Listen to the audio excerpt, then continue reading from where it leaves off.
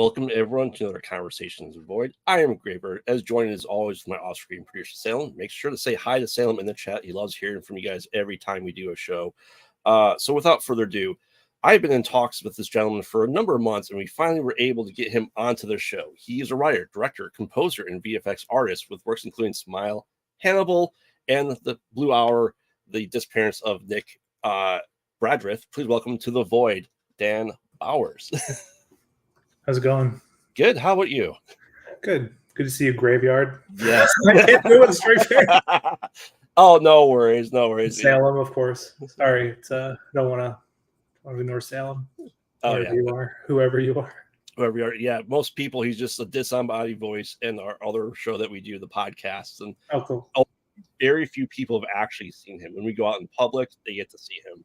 But other than that, he's just this guy over here, my right shoulder here. So okay, cool. His avatars. Yes. We just have fun with it. So welcome. Like I said, I know this has been many months in the works here. We've been talking back and forth. I'm glad to finally have you on. Yeah, sorry. It's I'm in a New York City apartment, so it's like tough to do things like this in the evening. It's just like it monopolizes the space, and you're seeing like 3/4 of my apartment. Oh, no worries. So let's get into some of these iceberg questions. I always like to ask people, what brought you into the world that you do? Was there anything in particular you go, hey, I like this movie or I like this scene to make you go, I want to be a VFX artist and even get into composing and writing, directing? Not so much. I never wanted to be a visual effects artist. I kind of fell into the business, to be honest. I started making films when I was probably like 10. I started doing like stop motion just with my parents' like Betamax camera, just like hit record, move my Legos around and keep going. I wanted to be a writer from the jump. And I actually studied both like art history and film history as well as political science. So I definitely don't have the typical VFX artist pedigree. Right. Was there anything that made you, like, when you were creating your stuff with your stop motion stuff like that, was there any movie that you were trying to like emulate? Was like a Ray Harryhausen thing or anything like that for the stop motion? Truthfully, just didn't have friends, so like Legos were there and I could make them do what I wanted, which sounds like really inappropriate, but it's only a little inappropriate at that age. Jaws, absolutely. I remember seeing Jaws in, again, around probably 4th grade or so, and holy shit. I mean, being from New England and stuff. Oh shit, can I swear? Oh, absolutely. You can swear all you want. We're not monetized. So. Okay. Sorry, I'm from New England, so that's going to come out heavy throughout this conversation. But, Chicagoland for us. So we're all same idea. It's like cursing and watching sports. No, but Jaws, man. I mean, it was one of the few films where like it was home. It felt like home. It felt like where we would vacation. I loved it, and it was mind blowing to me that they had somehow just done that for money. Like, I didn't really understand film business, and I still don't. But the idea that like, oh shit, these are like adults playing with a giant plastic shark, it just blew my mind. Oh yeah. I remember Jaws. I talk about it a lot. Jaws is the only really horror movie that terrified me as a kid.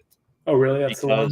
Yeah, that's the one. Just because I remember growing up with it. My parents always had on, which my parents were not big sci-fi or horror fans, but they always had Jaws on. And I was probably like 3 or 4 when I watched it the first time. And I have the phobia of being underwater and then seeing a shark there too, eating people, just made it way worse for me. And then, my parents took me to Universal Studios in like 1990 and we went on Jaws the ride. And of course, Jaws popped up right next to me. That's awesome. So, yeah, it's like I said, I love asking this question. I like to see how people get their feet wet in the horror world, and it's great that you did a classic like Jaws too. I came to horror in general pretty late. I mean, I would say I'm definitely come from more of a sci-fi background, but more than that, film noir, like thrillers. I love a gangster movie. I mean, it's weird, but nowadays all I watch is horror, and that kind of shifted probably when I was like 25, 30.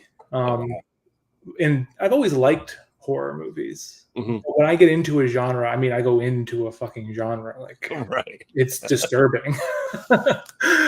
I'm obsessed with film in general. And I think it's actually kind of weird if you're just into one genre. I think as you study film or if you're passionate about it, you should always be changing. Mhm. You don't have a favorite genre or you don't always check something out. But like, I mean, personally, I'll watch anything with a primate in it. Like, you give me any ape movie, I'm there. I don't care if it's like a drama or someone's in love with the ape or it's like a giant ape destroying a city. I'm fucking there, man. So Battle for the Planet of the Apes is your favorite movie, is what you're saying? I love Battle for the. I'm actually not even fucking around. I hid my Planet of the Apes DVDs before this started because they were just out like very prominently. No, and like I said, there's nothing wrong with that. And my Salem will always tell me I watch too much horror and not enough other genres, and that's very true. Probably because we watch 3 to 5 horror movies a week for our normal weekly podcast too. Tight. So, but obviously, as we discussed, I have a huge horror sleeve, so it's Awesome. all horror. But Sci-Fi Leg, I sent you pictures too. Love sci-fi, and that's why. Really interested in talking to you a little bit here about Blue Hour and stuff like that too, because that's a fantastic movie. Oh, cool. I'm glad you. I mean, you don't have to say that, but it really is. So obviously, Jaws being your first movie, so I asked the question that everyone gets nervous answering: what's the most overrated horror IP or franchise? To you? Overrated? Yeah, like I can't believe this is $1 billion franchise. I say that because we say Conjuring here a lot. I don't have a problem with The Conjuring. I mean, it's not really for me, but I don't know, man. There's enough negativity about films, so I'm gonna have a real cop-out answer. I just do not watch gore porn at all, so I'm just gonna say Hostel because I've never watched any of them. Yeah, and I get that. I get that. My wife hates the torture porn. She watched the first Cabin Fever by Eli Roth, and she goes, "Okay, I'm done with this." She watched the first Saw. She goes, "Okay, I'm done with this." Yeah, it's just not for me. I mean, look, whatever. It's fine if that's what you like, but no. so on the flip side, what is the most underrated Phantasm? Phantasm. I mean, dude, it blows my mind that more people don't talk about Phantasm. I watch the first Phantasm at least twice a year, and it's like it's become my happy place film. Like, if I'm feeling depressed, I'll put on Phantasm. I can't explain why, but it's the amount of times production meetings for me and the Tiny Voice crew go off the rails talking about Phantasm. It's ridiculous. Like, our last location scout, we watched it together. That's awesome, though. Like I said, this is why I love talking to people about that. And I was at a concert 2 nights ago in Chicago, and I always have my tattoos out, obviously, for the everywhere I go. And a guy was wearing a Phantasm shirt and stopped me because he saw the orb. Nice. And so we started talking, and we ended up talking about the podcast and what I do. And then, like, shit, I need business cards. Yeah, it's analog, but it works. Oh yeah. I mean, what really drives you for Phantasm? Do you think it's the VFX? Do you think it's the story, or just kind of like the versatility of the orb? It's definitely like an ethereal slasher, which I like. It's unique. It felt really punk rock to me. They just don't seem to give a fuck at all. Like, and that's awesome. They played by their own rules. It's got like an orchestral kind of like very operatic sound. It's wild. It's just, there's nothing else like Phantasm. So I put it on like a pedestal for sure. Yeah, that is definitely on our list of movies, franchises to revisit for the podcast, just because we're hitting all the major ones. I said it's probably been a number of years since I watched Phantasm, and we discussed before, I'm due for a rewatch. Nice. It's a shame it's a shame we haven't had a new one since he died. Yeah, or they can't be fucked. I mean, personally, I wouldn't want to do the same thing again. They did it 5 times, so. But yet we have like 13 Halloweens and 21 children.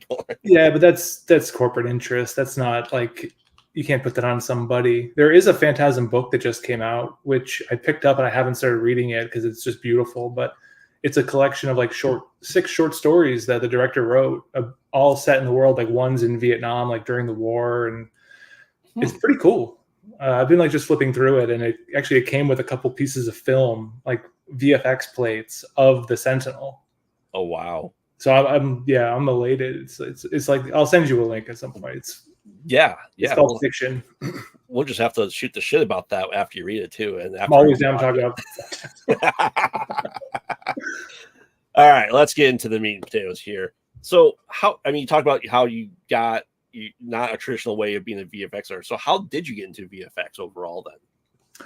I started as a color assistant working at Company 3, which is like a big DI facility, and they have visual effects as well. And then I got an interview with somebody who was opening an editorial company, and they needed someone who could be sort of like an engineer. They wanted to maybe train up to do what's called flame. And they met me, and I knew how to read color scopes, and I was good at problem solving. I like to think that I still am good at problem solving. And yeah, they kind of, in the film industry, I was very smart to like kind of know that if someone tells you you're going to be good at something, just listen. Because I had no fucking idea what they were talking about, but they said I could do this, so I just did it. Wow. I was lucky and worked hard. That's good. It's good, especially you're one of the few people I've had on the show that's actually went to school for film and that actually got into it too. Because if you go over your IMDb and stuff like that, you've gone back a number of years for what you have up there. While a lot of people we talk to, especially found footage horror movies, indie horror, has just been really since the pandemic, it feels like. Oh, interesting. So I find it very interesting. So you talk about you always wanted to be writing too. So you've done music videos, you've done short films as well. So what compelled you to you have, I think, 2 feature films. You have Chicken, and then you have The Blue Hour. What convinced you to do a full-on production for a full-length movie? I don't know. Boredom. I felt like my friends could do it. We'd done short films. There's only, not to say there's only so much you can do with a short film. Like Wes Anderson just won an Oscar for best short film. Like that's pretty cool. I think it's a valid way to experiment, and it's like a great low stakes way to kind of fuck around creatively. Right. I really don't have a good answer for that. I just think that we felt like it was time to try, and we had positioned ourselves pretty intelligently with film festivals. We'd made a lot of good inroads with 10, 13, 12, like our main short. Yeah. And we kind of just called on those people that we liked, and we got Blue Hour a really great premiere, and things have kind of worked out. Like at least no one's starting to kill us or anything, so that's great. So what do you think was the most daunting task for you in going from the short films to the full feature-length film?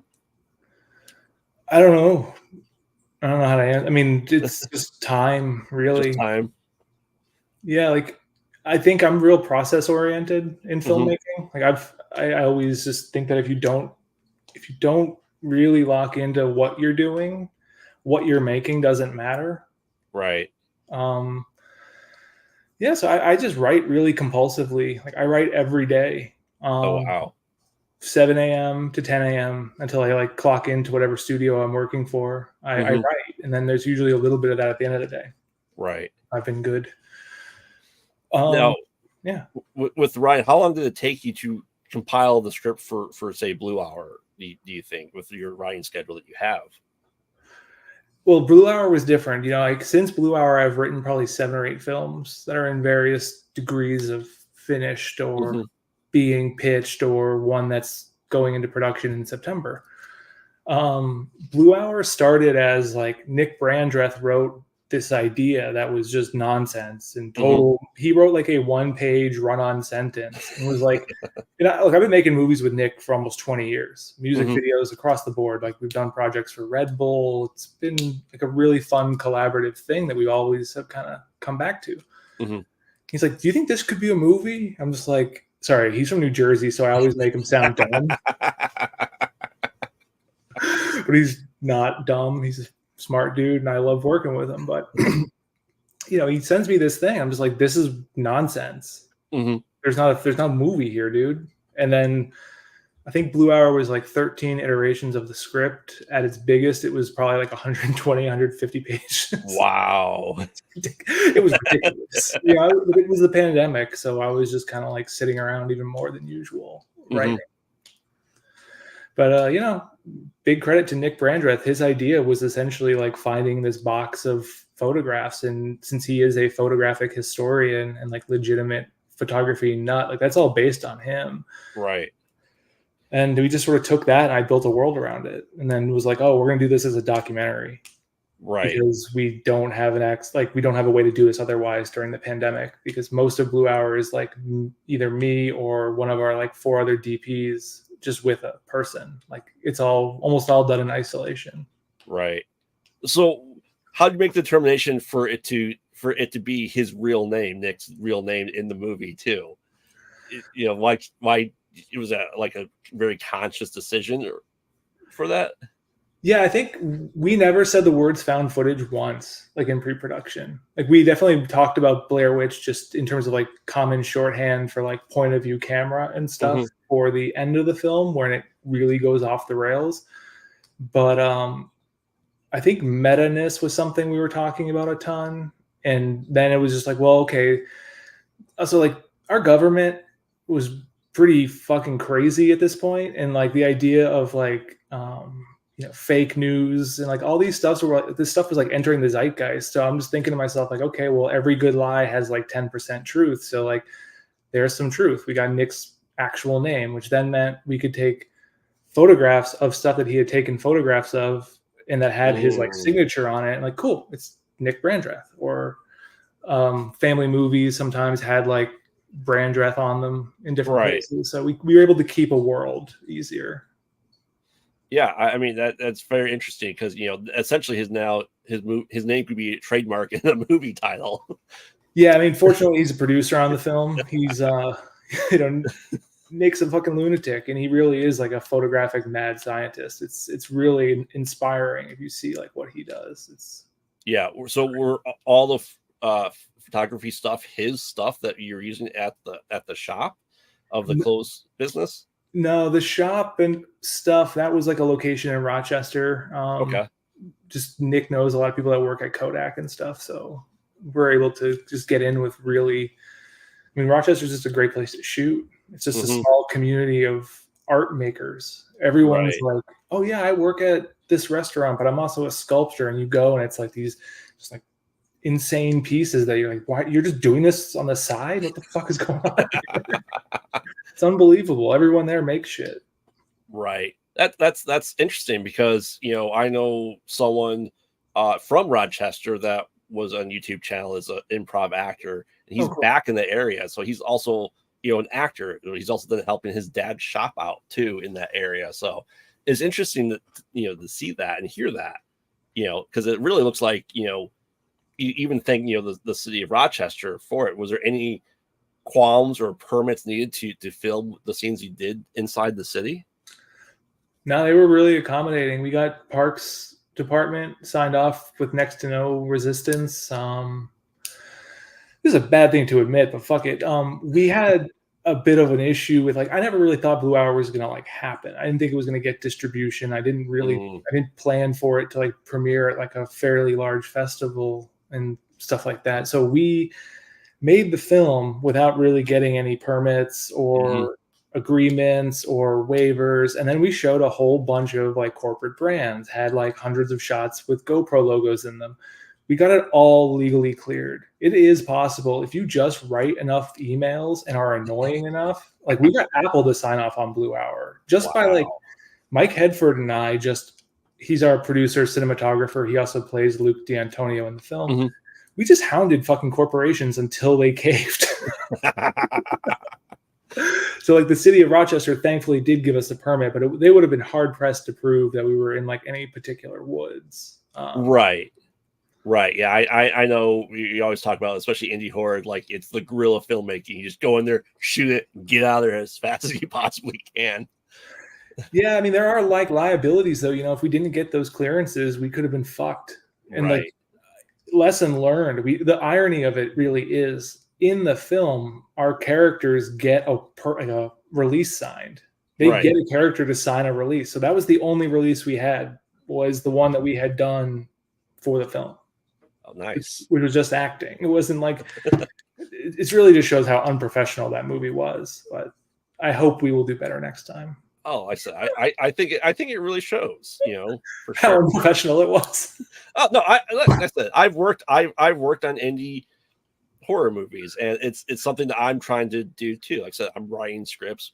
My producer and I are writing scripts to help hopefully get stuff too, because we've been lucky enough to gotten our feet wet in the industry, and we love it here in the horror world. I really do. It's just a blast. Nice. For sure. So with being a horror fan, you talk about you haven't seen Smile, you haven't seen Hannibal. Is there any surrealism to you? Like, you said you love Silence of the Lambs.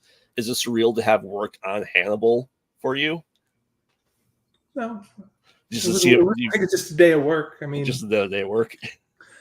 There's been moments like in my filmmaking career that are surreal. I don't think that's one though. Like my participation in a corporately owned property is pretty low, but like some of the things that I've been able to experience, and that's different. That's right. Like those experiences are just, there's probably more times I can think of when we were working on Smile where it was just like, oh, these dudes are really talented around me and it's fun to work on this shit. Right. So, I mean, talk about film festivals, stuff like that. Has that been surreal for you, going to the festivals and seeing the feedback and everything else with it? Panic Fest was definitely crazy. Yeah. I felt like we were not supposed to be there. Tim and Andy are like really nice guys, and they were really into 10, 13, 12. They actually had to play at like a few different events that they've done, which was cool that they were like into this acid fever dream that I made. So going to Panic, I remember like day one, I was looking at all the movies that were gonna, like all the shit I could watch. Right. And they were like, forgot to introduce myself. And I was just like totally lost in thought about like what tickets to buy. And they were like, didn't you make a movie? I'm like, yes. You just get tickets. I'm like, oh shit, that's awesome. Because like being around, I mean, I saw this film and I don't even know if it has distribution yet, and it's a fucking shame if it doesn't. But Abruptio was a film that actually played right after us. And it's like this guy made these like uncanny valley sort of like marionettes, but they're life size. So you don't have like weird scale issues. Like, and like Jordan Peele did a voice. I mean, it was this crazy, crazy, gory, dark thing that I couldn't stop laughing at. And it's hilarious. You really can't describe anything about Abruptio except I've never seen anything like it, and I don't think I ever will again. Like, it's an unbelievably cool movie. Interesting. Yeah, that was pretty wild. Yeah, it's interesting. Like I said, we here at the podcast, we've sponsored movies at the Massacre in Chicago, where they have about 18 hours of horror movies, stuff like that too. I can tell you, going to that stuff has really changed what we do and how we present ourselves. Like the first time, like, hey, come on stage and talk.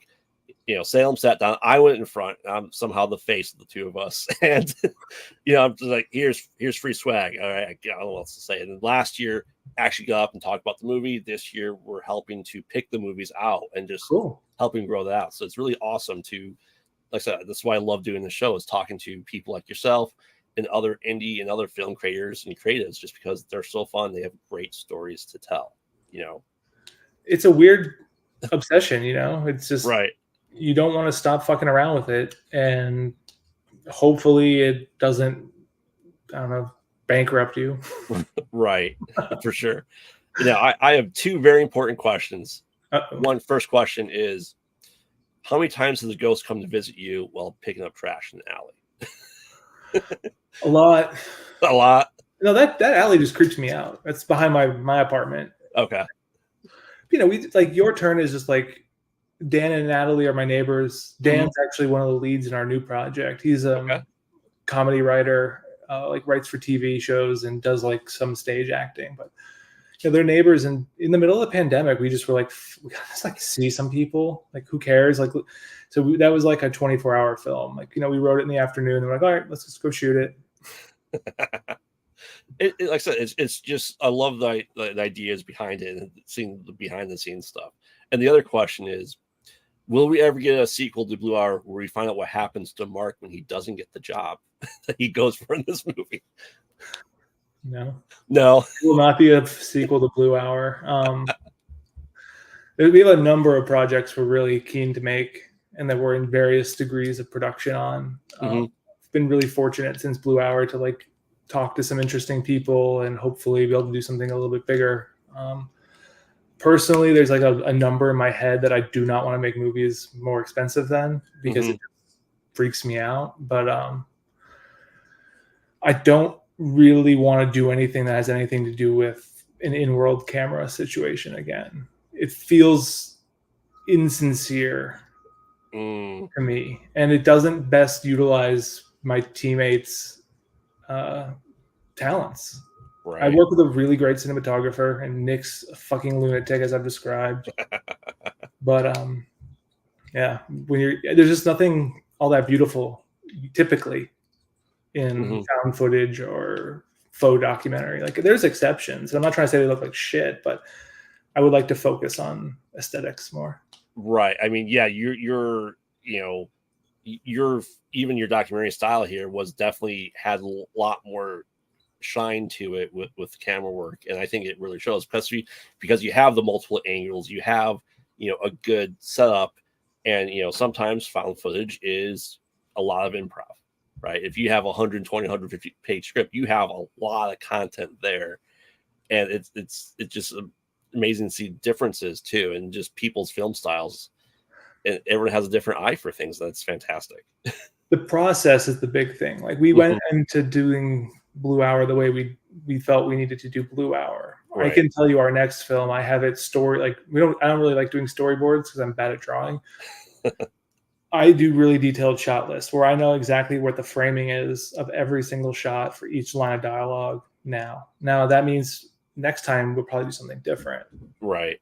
But it's just, to me, it's like about how do you immerse yourself in a way of doing things, and hopefully it works out. It sounds really pretentious. I'm sorry. No, it's all good. It's like I said, I'm interested, and I'm excited to see what you have coming up next, because like I said, what I've watched so far, I've absolutely loved. I really have. Cool. Yeah, appreciate it. Yeah. So, all right, now for this time's going by so fast for me, as it always does. Ready for these hardest questions of your life. Okay. Now, I'm interested because you're a VFX guy. Practical or CGI? I hate this question for a number of reasons, because I don't have to choose, and the best effects don't choose, whether it's what they did with the Fury Road or what we did in Smile. You're better off trying to get between 25 and 50% of it in camera cleverly, so that you can augment it for the things that you can't do behind the scenes later. Right. So you want the perfect mesh of both worlds, and I think that really works too. You can really see that. And I use Vecna from Stranger Things as an example. A lot of it was practical, and then they overlaid it with CGI, and it works out, because that's always the biggest question that everyone has, right? That's why I ask it too, just to see. Yeah, I'm not trying to be like combative about it. I just think people. I've actually stopped listening to particular horror podcasts because of like the CG bashing. When in reality, I know the odds are really good. I've gotten things by you personally, and there's way better compers than me out there. Like, the amount of the best CGI is the stuff you don't even realize, and there's a lot of it that folks do not realize isn't real. Right, and that's the thing. When we do horror movies and big studio stuff like that, we talk about, as long as the story is fantastic, it doesn't matter what the effects are. You have a compelling story. You have the story is the primary focus, because let's face it, we all remember the 90s and some of the bad CG that we had, but we also had really great CG as well. There's some cool stuff though. I mean, like Event Horizon is like a movie that I watch every year, and that's a 90s CG heavy film, and the CG isn't great all the way through, but what they were working on, it's cool, and it's the progression of film, Right. I think there's for sure. So, if you were given $10 million to make a movie in any particular franchise, what would it be? I mean, I would pocket $9 of the million so I can make another 18 films.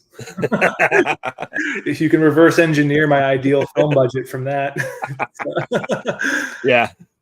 I don't know. Maybe just do like a sequel to the Season of the Witch. Ooh, I like it. Would you pick up from the events at the end of it, or just be just something that takes place 40 years later?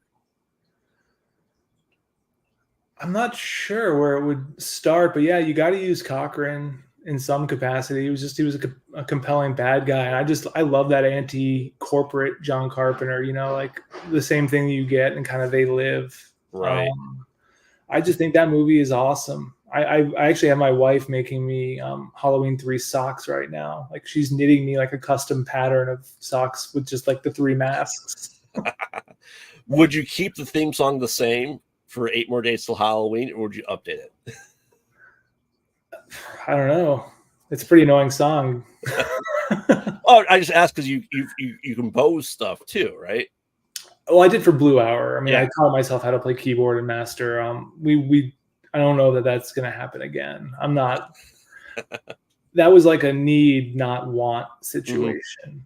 I taught myself how to play the keyboard a little bit during the pandemic, and I was like, I think I can do this. And then like the Blue Hour theme song and a few others are the ones that I wrote. Yeah. Awesome.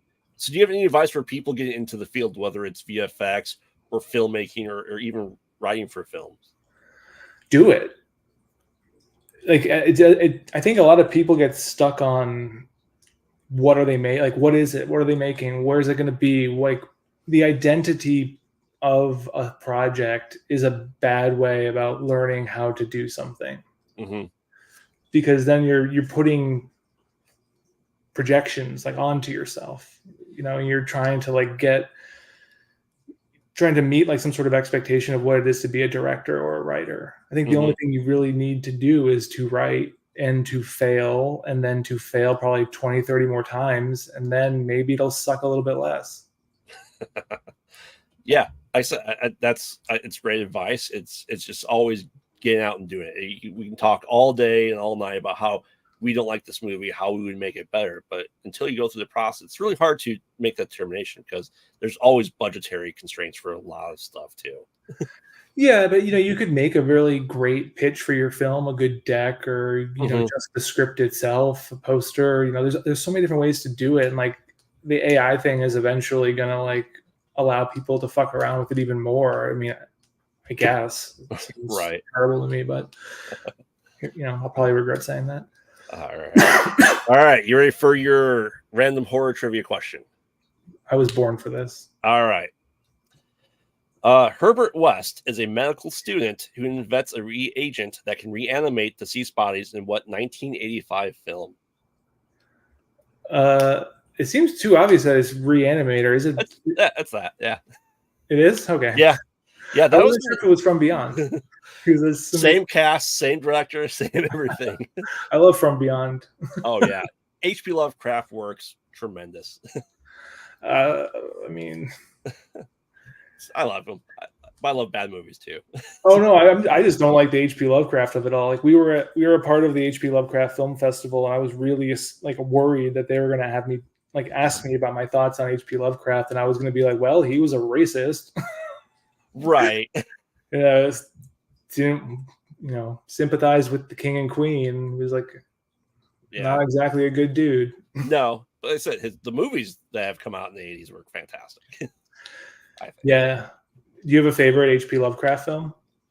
I love Dagon. Cool. Most people don't know that one. I think The Color Out of Space was phenomenal. That Richard Stanley did a couple of years ago. So we're huge Richard Stanley fans here too. Oh shit, that's funny. All right, so before we go, give us your pluggers. Where can people find you, follow you, and tell us what you have upcoming without spoiling anything? Tiny Voice has an Instagram. I do as well. Either Tiny Voice Studios or I'm Dan Bowhers. Other than that, we've got the Drumlins, which is like probably the title, but I have strong feelings that you don't know what the movie should be called till you've seen the movie. So I'm probably going to change it and make it my producer angry. So yeah, we're shooting that kind of cosmic horror. Very, very much cosmic horror. It's a dark, bleak movie. If you like The Mist, this is probably up your alley. And I think if you've seen Blue Hour, we've got the same leads. Mike and Morgan are back with a bigger cast, including some dude from HBO's Oz. And we've got some really good TV actors involved. It's an exciting project. And if you were upset about how bloodless Blue Hour is, this movie is not bloodless. It's all good. Like I said, I'm excited. I really am. I love cosmic horror too, especially because you're more in that sci-fi horror realm that we all seem to love here at this channel too. So. Fuck yeah, dude, it's the best. Yeah, it's all about just taking that human experience and making it meaningless, which isn't that hard to do. Right. Awesome. So thank you, Dan, for joining us on tonight's show. I'm glad you're here. I'm glad we finally got this to work out. And you are welcome back anytime you want. Come back on. We'll talk all the stuff. We want to talk just Phantasm for an hour. We'll do that next time. Oh, yeah. If you want to talk Phantasm for an hour, I'm 100% down. Awesome. So thank you everyone for joining us tonight. We'll see you next time. Make sure to not get lost in the void. Good night. You too.